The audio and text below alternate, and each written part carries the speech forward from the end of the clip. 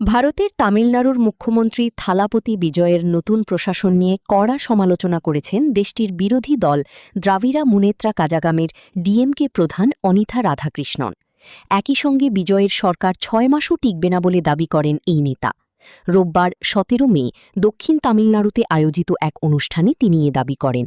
ভারতীয় সংবাদমাধ্যম এনডিটিভির প্রতিবেদন থেকে এ তথ্য জানা গেছে। বর্তমানে ১০৭টি আসন নিয়ে এককভাবে সবচেয়ে বড় শক্তি বিজয়ের দল তামিলাগা ভেট্রি কাজাগাম টিভিকে। তাদের মিত্র কংগ্রেসের রয়েছে আরও ৫টি আসন।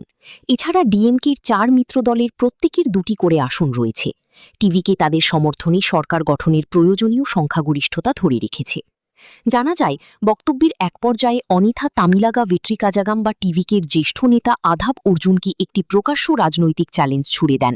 এ সময় সাহস থাকলে আধাব যেন নিজের বিধায়ক পদ ছেড়ে তিরুচেন্দুরে এসে সরাসরি তাদের বিরুদ্ধে প্রতিদ্বন্দ্বিতা করেন বলেও উল্লেখ করেন রাধাকৃষ্ণন। এদিকে নিজ দলের জেলা সম্পাদকদের রাধাকৃষ্ণন বলেন, বর্তমান সরকার যে কোনো সময় পড়ে যেতে পারে এবং দলকে যে কোনো সময় নির্বাচনের জন্য প্রস্তুত থাকতে হবে।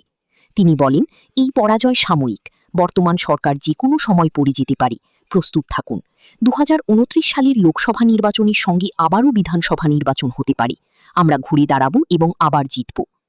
রাধাকৃষ্ণন দলকে সামাজিক যোগাযোগ মাধ্যমে উপস্থিতি বাড়ানোর আহ্বানও জানিয়ে বলেন, এক্ষেত্রে বিজয়ের দল টিভিকে অনেক এগিয়ে আছে।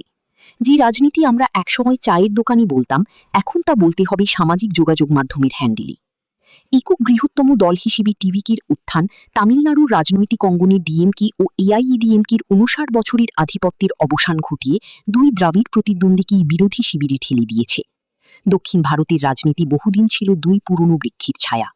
তবে টিভিকে সূত্র বলছে, তারা এসব নিয়ে বিচলিত নয়। পূর্ণ মেয়াদ টিকে থাকার মতো সংখ্যাগরিষ্ঠতা তাদের রয়েছে বলেই তারা আত্মবিশ্বাসী।